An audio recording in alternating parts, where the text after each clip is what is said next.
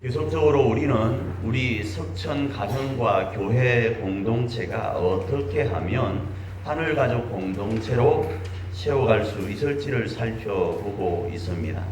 그 방법을 우리 2019년도 표로 말씀드린다면 생명수로 충만한 공동체로 표현할 수 있을 겁니다.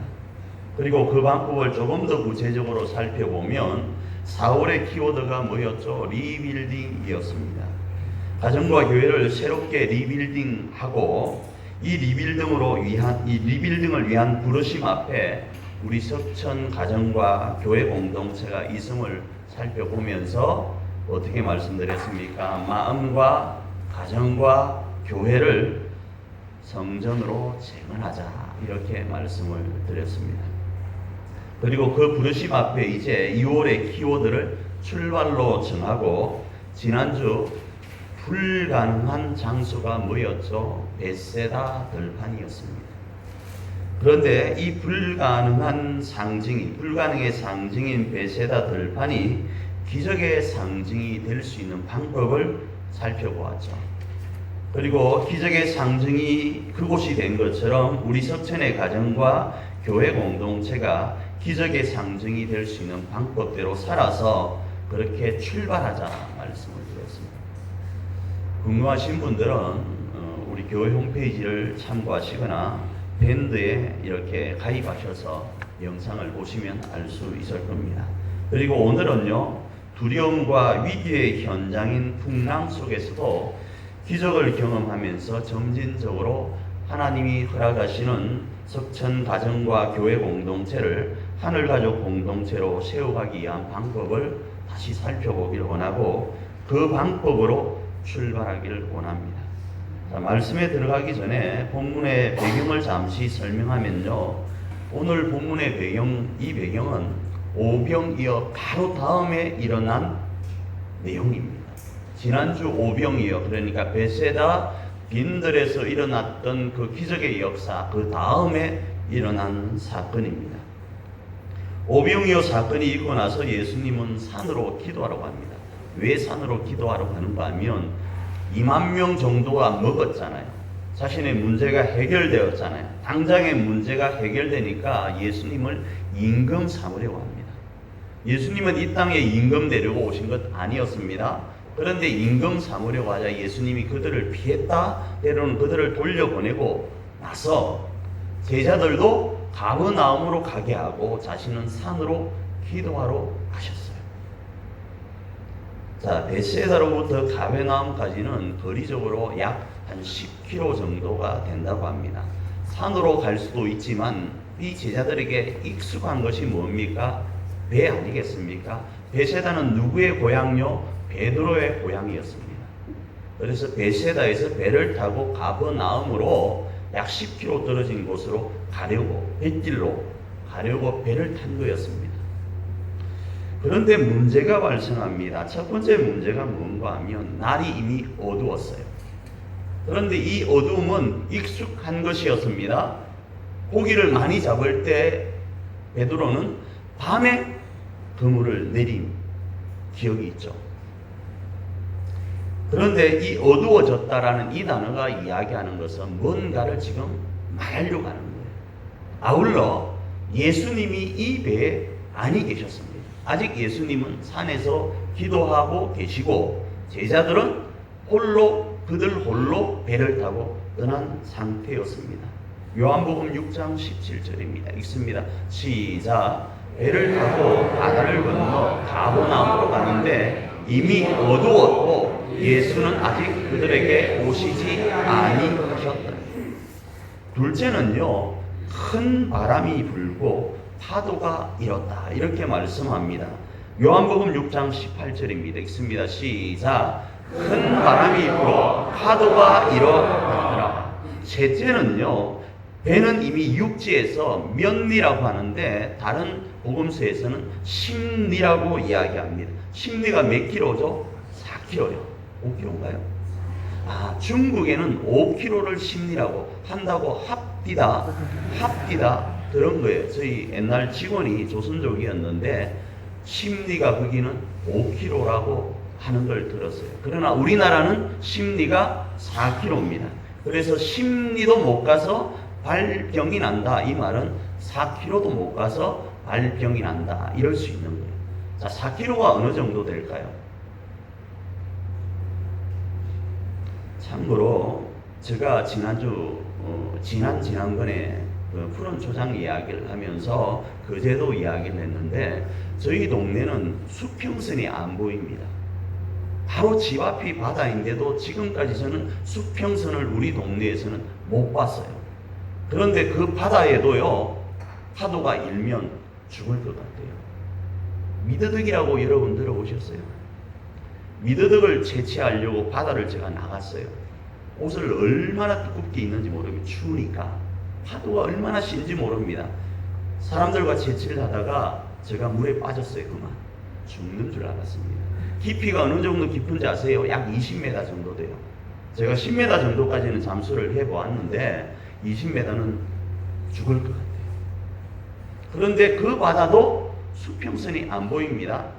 그런데 완 아일랜드를 가면 수평선이 보여요. 근데 그 수평선의 거리가 어느 정도 되는지 아세요? 5km입니다. 제가 그 삼각함수로 가지고 계산된 식을 가지고 왔는데 이해 못하고 주무실 것 같아서 알려드리지는 않겠습니다. 지구의 반지름에다가 사람의 높이가 있어요. 이게 아이라인이 있잖아요. 이 눈높이가 2m 정도 된다고 했을 때에 수평선의 거리는 약 5km, 5.02km 정도 된다. 이렇게 계산이 나와요. 그런데 지금 이들이 육지로부터 떨어져 있는 거리가 몇 킬로요? 4km 정도요. 그러면 까마득하게 보이는 거예요. 어디가요? 육지가요. 그 육지로부터 심리가 떨어진 상태에서 큰 바람과 파도로 고난을 당하고 있음을 이야기합니다. 마태복음 14장 24절입니다. 읽습니다. 시작. 배가 이미 육지에서 술이나 떠나서 바람이 그스름으로 물결로 말미암아 고난을 당하더라. 자, 이렇게 고난을 당하는데 네 번째 또 문제가 있습니다. 고난 가운데 지치고 지칠 것 아니에요. 두렵고 두려울 것 아니겠어요? 그 두렵고 지친 상태를 성경은 새벽 4시다 이렇게 말씀합니다. 그 새벽 4시에 어떤 문제가 또 하나 발생하는데 유령을 만난 거예요. 귀신을 만난 거예요. 무섭죠? 저희 바닷가에는 귀신이 많아요. 처녀 귀신과 총각 귀신이 있어요. 우리 동네에는 이런 말이 있었습니다.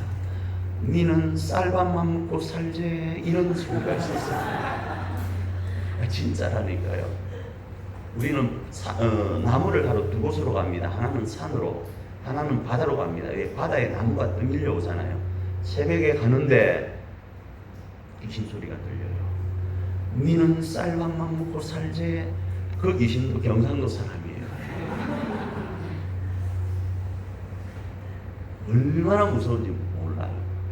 그런데 이들이 지금 지쳐있는 상태, 새벽 4시에 귀신을 만났대요. 마태복음 14장 26절입니다. 읽습니다. 시작. 제자들이 그가 바다 위로 끌어오심을 보고 놀라 유령이라 하며 무서워하여 소리 지르니. 근데 거짓말 안 했잖아요. 유령을 우리말로 하면 귀신 아니겠어요? 귀신을 만난 거예요. 자, 바로 이런 두려움과 위기의 현장이 바로 하늘 가족 공동체를 세우려고 출발한 제자들의 현장이었어요. 이 모습은 지난주 살펴본 불가능의 상징인 벳세다의 들판과 멜로 다를 것이 없습니다. 그럼에도 두려움과 위기의 현장을 끝으로 성경은 마무리하고 있지 않아요. 기적을 경험하며 하나님 나라를 세워갈 수 있는 방법을 선포하면서 멈추지 말고 전진할 것을 우리에게 독려하면서 성경은 진행되고 있어요.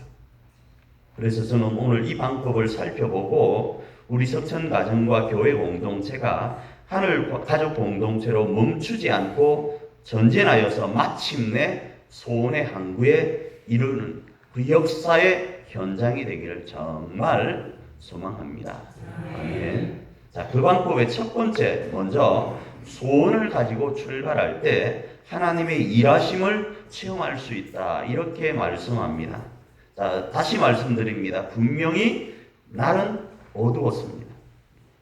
예수님은 아직 오시지 않은 상태였습니다. 큰 바람과 파도가 일어나고 있는 상태, 배는 바람을 따라서 밀려가고 있는 상태, 육지와의 거리는 이미 4km나 떨어진 상태였습니다. 그리고 시간은 새벽 4시. 새벽 4시. 가장 무서울 때입니다. 지칠 대로 지친 시간대였습니다. 너무 지쳐서 소망이 없어서 단체로 흙것이 보이는 시간이었습니다. 이들은 그 모습을 뭐라고 표현했다고요? 다시 한번 읽습니다. 시작. 제자들이 그가 바다 위로 들어오심을 보고 놀라 유령이라 하며 무서워하여 소리 지르더라. 이게 여러분 이해 안 되시나요? 저는 충분히 바닷가 사람이라 그랬는지 이해가 되어요. 저 노 잘 졌습니다. 지금으로부터 30년 전이에요. 경운기 머리를 배의 엔진으로 쓰고 있던 그때요. 그러나 그것도 없어서 노를 지었습니다. 정말 저 노 잘 졌습니다. 이게 있잖아요. 보이시죠? 이게 그때 생긴 거라고요. 그런데 지금으로부터 2000년 전에 베드로와 그들은요, 우리가 개발한 이 노보다도 못한 환경 가운데 있었을 것은 짐작하고는 남잖아요. 그런데 오병이어 저녁을 먹고 나서 그들을 돌려보내고 4시까지, 새벽 4시까지, 밤이 지난 새벽 4시까지 얼마나 애썼겠어요. 두려움 가운데요. 절망 가운데요. 지칠 대로 지친 상태에서요. 한 번도 상상하지 못한 일이 바로 그때에 일어나는 거예요. 분명히 예수님은 산으로 가셨거든요. 그런데 예수님 닮은 무언가가 물 위로 걸어오는 거예요. 바닷가에서는요, 부모님도 무서워요. 예기치 않는 누군가의 만남은 무섭다니까요. 제일 무서운 게 뭐라고요? 사람이에요, 밤에는. 안 믿으시는 것 같은데, 우리 동네에서는 애들이요, 바닷가를 갈 때 가운데 안 걸어가려고 해요. 앞에도 무섭잖아요. 앞에 가는 게 무섭죠. 뒤에 가는 것도 무서워요. 왜? 앞에는 처음 뚫고 나가야 되니까 무섭고, 밤에는 뒤에 누군가 귀신 확 잡아갈까 무섭고, 그런데 귀신이 가운데만 잡아간대 또 어쩌라고요? 앞에도 못 가고 뒤에도 못 가고 가운데도 못 가는 상태였습니다. 칠흑 같은 어둠이잖아요. 그래서 불렀던 노래가 맨날 이상한 노래 있잖아요. 어제 우리 비니가 부른 노래 저리 가랍니다. 저는 군에를 안 갔다 왔지만 압니다. 멸공의 횃불이라는 노래가 있었어요. 멸공의 횃불 아래 목숨을 건다, 그런 노래도 있었거든요. 그냥 불러 제끼는 거예요. 왜? 무서웠어. 정말 무서웠습니다. 지금 이들이 그런 상태였다는 거예요. 지난날 예수님께서 배에서 주무시던 때가 있었습니다.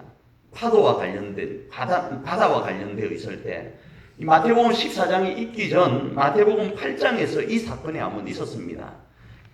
파도가 너무 심하게 이는 거예요. 그런데 그 배에 예수님은 주무시고 계셨어요. 그런데 예수님을 깨우니까 예수님이 파도와 바람을 명합니다. 부짓자 그 바람과 파도가 잠잠해지는 일이 있었거든요. 그걸 분명히 경험했음에도 불구하고 이들은 이 유령에 대한 사건은 경험하지 못한 거예요. 마태복음 8장 24절입니다. 읽습니다. 시작. 바다에 큰 놀이 일어나 배가 물결에 덮이게 되었으되 예수께서는 주무시는지라. 이 현상을 한번 경험했잖아요. 그런데 이 유령은 무리를 걷는 것은 경험해보지 못했다니까요. 경우가 다른 거였습니다. 다시 말씀드립니다. 예수님은 제자들과 배에 함께 오지 않은 상태예요. 누구도 경험해보지 못한 상태에 지금 이들이 놓인 거였다는 겁니다. 그래서 그렇게 맞닥뜨리면 모든 사람들이 귀신이다 이럴 수밖에 없는 상태였습니다. 여러분, 듣도 보도 못한 일 앞에 그것이 팩트가 중요하겠어요? 그것이 진리가 중요하겠어요? 배를 타고 가다가 스님도 죽을 공경에 취하면 아이고 하나님 한다잖아요. 팩트가 중요하고 내가 배운 게 중요한 것 아니에요. 진리 앞에 내가 서 있는 것 중요한 것 아니에요. 경험되어지지 않으면 유령이다 할 수밖에 없는 거예요. 그러나 여러분, 바람과 바다를 부지서시고 바람과 파도도 바다도 순종케 하시는 오늘도 시퍼렇게 살아계신 창조주 하나님이시라면 무리를 걷는 것 너무 쉬운 거예요. 하나님이시라면 너무 쉬운 거라고요. 보이지 않는 하나님, 그래서 하나님이시라고요. 보이면 하나님이 아니잖아요. 보이니까 유령이라 그러고 보이니까 어디 네가 하나님이 하고 십자가를 못 박는 게 우리고 보이지 않으니까 안 보인다고 믿는 게 우리예요. 안 보여서 하나님이라는 거예요. 이제 그 하나님이시기 때문에 무리를 걷는 건 너무 쉬운데 우리는 그것을 경험해 보지 않았기 때문에 외치는 소리, 바로 우리의 문제를 해결할 해결책 대신 예수님임에도 불구하고 우리가 경험해보지 않았기 때문에 우리의 사고와 상식으로는 이해가 되지 않기 때문에 기껏 내뱉는 말, 유령이다. 그런데 바로 그때 제자들은 유령이라고 외칠 그때에 해답이 없는 환경, 두려움과 위기 앞에 놓인 배, 구명조끼도 없는 배, 그 앞에서 해답이신 주님 앞에 외치는 한 사람이 있었습니다. 바로 베드로입니다. 그 베드로가 자신의 소원을 아뢰입니다. 마태복음 14장 28절입니다. 읽습니다. 시작. 베드로가 대답하되 이르되 주여 만일 주시여든 나를 명하사 물 위로 오라 하소서 하니. 오늘 우리의 가정과 교회의 환경도 마찬가지입니다. 어디가 길인지 어디가 진리인지 아무것도 알 수 없는 길을 우리는 걸어가고 있습니다. 그런데 그 길에서 주님이 내가 곧 길이요, 내가 곧 진리요, 내가 곧 생명이요 라고 말씀하면서 다가오면 왜 자꾸 여러분 유령이라고 해요? 세상의 계산기를 두드려 보니까 해답이 안 나온다고 왜 유령이라고 하냐고요? 주님이시면 나로 물 위를 걷게 하옵소서 이렇게 말해야 되는데 우리의 짧은 경험과 짧은 생각으로 왜 자꾸 유령이라고 외치냐고요. 오늘 말씀합니다. 네가 지금 처해 있는 환경의 그 물리, 네가 지금 놓여있는 그 아픔의 물리, 두려움의 물리, 위기와 불안의 그 물리에서 허덕이고 있니? 나로 물리를 걷게 하옵소서. 좀 소원하지 않으렴. 이렇게 외치는 거예요. 성경이에요. 우리에게요. 하나님 물리로 걷는 건 해답이 아니에요. 하나님 물리로 걷는 건 내가 듣도 보도 못한 유령과 같은 거예요. 귀신과 같은 거예요. 이렇게 외칠 것이 아니라 베드로의 고백이 오늘 우리 가운데 있어야 되는 거예요. 하나님, 우리의 가정과 우리의 교회 정말로 풍랑이는 바다 위 같고 파도 위 같습니다. 그러나 주님 앞에 내 소원이 있는데 나도 이 무리를 반석되어 걷기를 원합니다. 다음으로 말씀이 주어지면 두려움보다 주어진 말씀을 붙들고 출발할 때 하나님의 일하심을 체험할 수 있습니다. 베드로의 소원 앞에 예수님이 뭐라고 말씀하실까요?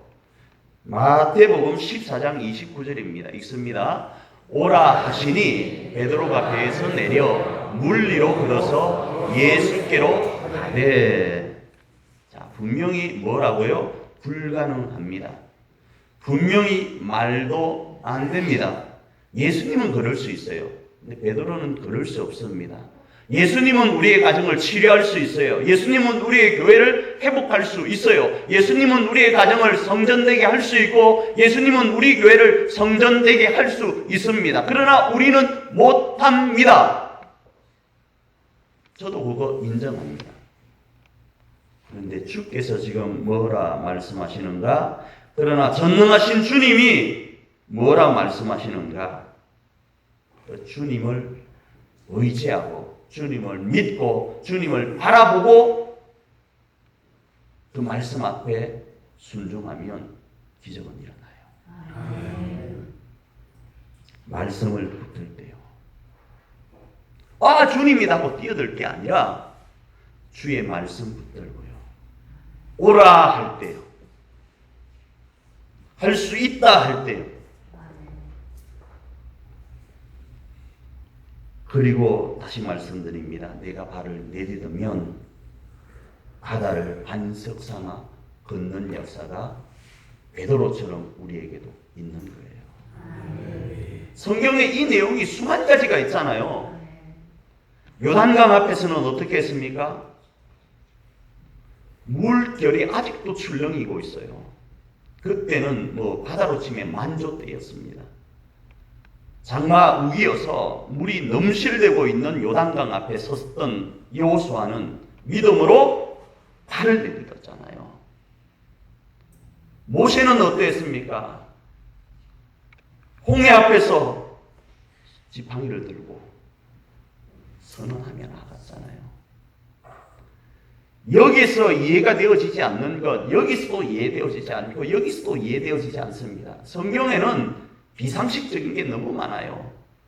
비과학적인 게 너무 많아요. 그런데요, 하나님이라는 단어만 있으면 이해되어지는 거예요. 믿어지는 거예요. 오늘도 시퍼렇게 살아계신 하나님을 믿으면 이해되어지지 않을 게 하나도 없는 거예요. 그 하나님이 오늘 우리에게 말씀하시는 거예요. 너의 가정이 물결 가운데 있니? 너의 교회가 풍랑 가운데 있니? 오라, 걸어라 하시는 거예요. 우리는 이 말씀 붙드는 거예요. 저도 못해요. 그러나 이 말씀 붙들 때 바다를 반석 삼아 걷는 기적이 있음을 믿기에 가는 거예요. 다음으로 무리를 걷는 기적을 경험하고 그 경험을 지속하기 위해서는 주님을 바라보고 주님을 바라봐야 돼요. 절대로 환경을 바라보면 안 됩니다. 아는 내용이잖아요. 베드로가 호기롭게 발을 내디딥니다. 그리고 주님을 향하여 걸어갑니다. 그런데 변함없이 본인은 지금 물 위에 있는 거예요. 그 물이 갑자기 보이자 어떻게 됩니까? 빠져듭니다. 그리고 외치는 소리, 마태복음 14장 30절입니다. 마태복음 14장 30절 읽습니다. 시작. 바람을 보고 무서워 빠져가는지라 소리질러 이르되 주여 나를 구원하소서 하니. 베드로의 모습이 우리 모습 아닙니까? 저도 마찬가지예요. 목사면 그럴 수 있을 것 같아요? 못 걸어요. 목사는 집에 문제가 없을 것 같습니까? 이러니까 또 이거 우리 집에 또 뭐 문제 있나? 이거 아니에요. 그냥 좀 제발 좀 순수하게 받아줘요. 우리 집에 뭐 문제 없어요, 제발. 사모님, 뭔 일 있어요? 힘든 일 있어요? 목사님이 어째 그래 얼굴이 휠쑥한 것 같았어요? 아니에요. 그런 거 아닙니다. 동일하게 여러분의 가정이나 우리 가정이나 똑같아요. 아침에 교회 나오려고 분주해야 되고요. 그 속에서 이런 것들이 올라올 때도 있고요. 또 제가 실수할 때도 있고요. 말씀드릴게요. 오늘 뭔 일이 있었습니다. 뭔 일이 있었는가? 카메라를 가져오자고 했어요. 예? 그래서 사모님한테 제가 까먹으면 안 되니까 사모님 제가 혹시 까먹지 않도록 카메라 가지고 가자고 말씀해 주십시오. 이렇게 말씀을 드렸습니다. 사모님도 저도 까먹었어요. 그런 일들이 있잖아요. 그죠? 그것 때문에 또 책임 추궁을 하면 어떻게 되겠습니까? 똑같잖아요. 네가 잘했니? 네가 잘했니? 내가 잘났다. 네가 잘났다 하는 것 아니겠어요? 똑같습니다. 여러분이 집에서 싸우는 일이 뭐 대한민국을 구원하고 세계를 구원하려고 합니까? 지구를 어떻게 하려고 합니까? 사소한 일로 싸우잖아요. 똑같은 거예요. 오늘 우리의 가정과 교회를요, 하늘가족 공동체 만들려고 참 마음은 호기롭게 묻고 출발을 딱 했는데, 걷게 되는 거예요. 될 것 같은 거예요. 행복하게 되는 모습이 나타나는 거예요. 그런데 순간 그 길을 걸어가다가 뭐가 보입니까? 하니까 물이 보이네. 얼마 신기하다고 했는데, 얼마 기적이 일어날 것처럼 보였는데 갑자기 보니까 파도가 일렁이는 거예요. 갑자기 마음이 무서워지기 시작하는 거예요. 저는 이게 수영하고 좀 비슷한 것 같아요. 제가 바닷가에서 수영을 배울 때 저는 생존 수영입니다. 절대로 자유형 이런 거 못하면 오로지 깨구리가 아니고 개구리 헤엄하고 개 헤엄밖에 못 쳐요. 왜? 바닷가에서 그냥 하는 거니까. 잠수는 잘합니다. 10m 이상은 내려가요. 그런데요, 긴장을 하면 물을 먹어요. 지난번에 우리가 서해안에 한번 가족끼리 누구하고 또 간 적이 있었는데, 제가 뒤로 배형이라는 걸 못해서 그 서해안 쪽에서 이렇게 뒤로 한번 누워봤습니다. 누우니까 힘을 쫙 빼니까 떠요. 그런데 그 파도가 그래도 조금 있잖아요. 그게 오는 거 보고 이러니까 쑥 들어가면서 많이 먹었어요. 그 서해안 물을. 비슷하지 않나 싶은 생각도 들어요. 주님을 바라볼 때는 호기롭게 주님만 바라보니까 그렇는데, 세상 바라보니까, 파도 바라보니까, 두려움이 확 오니까 하면서 바닷물 짭니다. 많이 짜요. 그래서 제가 싱겁게 먹잖아요. 우리의 가정도 마찬가지예요. 기적을 계속적으로 경험하기 위해서는 이 물결 위에 우리가 서 있다는 사실, 이것 잊지 말아야도 되겠지만 주님만을 바라보아야 되는 거예요. 이 물결 위를 우리가 반석처럼 걷고는 있지만 주님만을 바라보는 거예요. 이 말씀은 오늘 마태복음 14장에서 말씀하는 거예요. 그리고 히브리서 12장 2절에서 이렇게 말씀합니다. 읽습니다. 시작.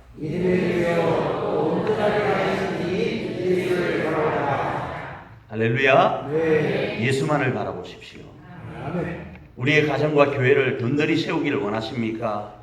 이 풍랑이는, 이 두려움, 이 위기 앞에 그럼에도 우리의 소원인 가정과 교회를 세우기를 원하십니까? 그러면 다시 말씀드립니다. 소원을 두십시오. 하나님, 나로 이 무리를 굳게 명하여 주십시오. 그리고 그 말씀이 오라 하실 때 순종해 보십시오. 순종할 때 주님만을 바라보고 걸어가면 이 무리를 반석처럼 걷게 될 것입니다. 우리의 가정과 교회가요. 이 기적을 오늘도 내일도 계속 지속하여 지역과 조국과 열방 앞에 이 모습을 제시하는 우리 석천교회가 되기를 축복합니다. 아멘. 두려움 없이 배에서 나아가리라. 주님 나를 부르시니, 주님 나를 부르시니, 주님 나에게 오라시니, 주님 내게 오라시니, 주님 여기 계시기에 의심치 않고 바다를 걸어가리라.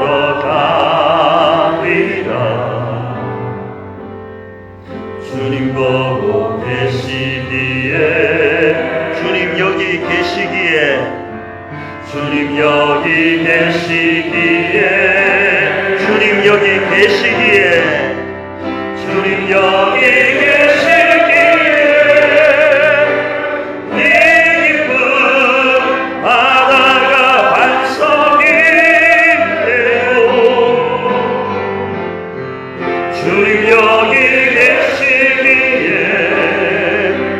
반석 위를 내가 걸어가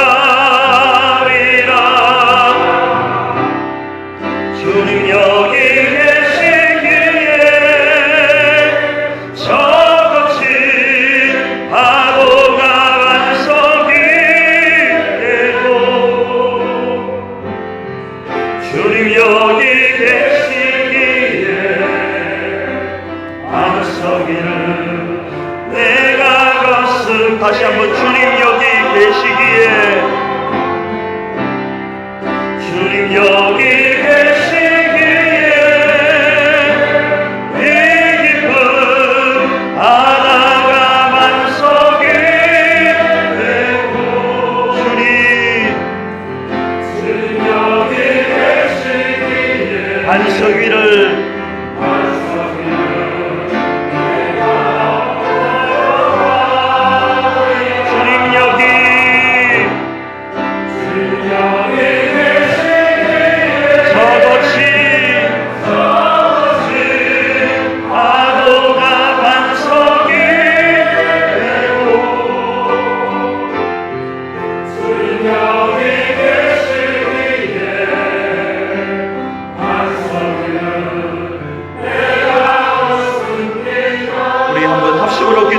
주여 한번으로 기도합니다. 주여,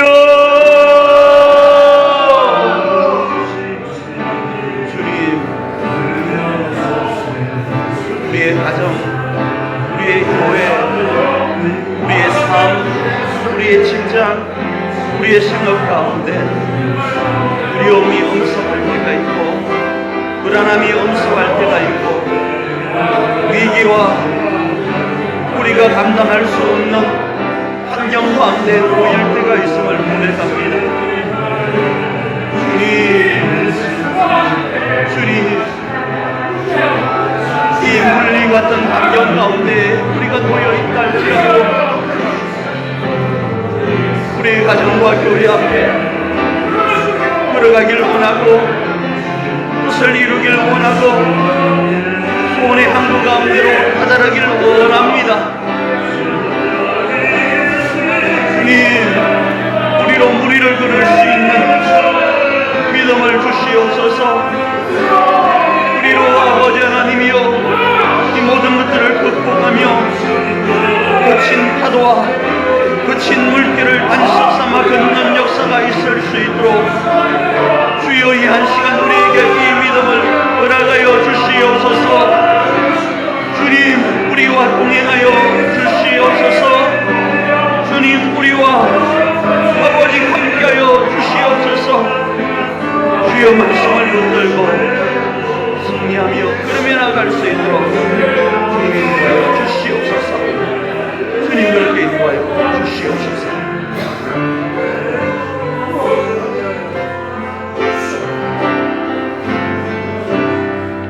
주님 여기 계시기에 이 깊은 바다가 반석이 되고, 주님 여기 계시기에 반석 위를 내가 걸어가리라. 주님 여기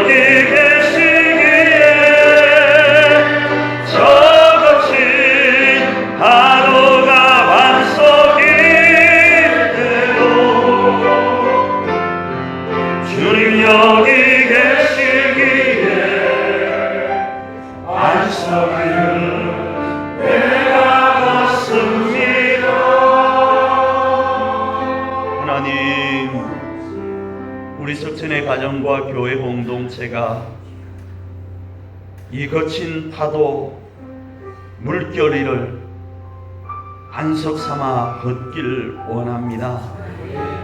세상의 계산기와 우리의 경험과 우리의 지식으로는 그럴 수 없는 길이지만, 두려운 길이지만 주의 말씀 붙들고 의심치 않고 이 바다를 걷길 원합니다.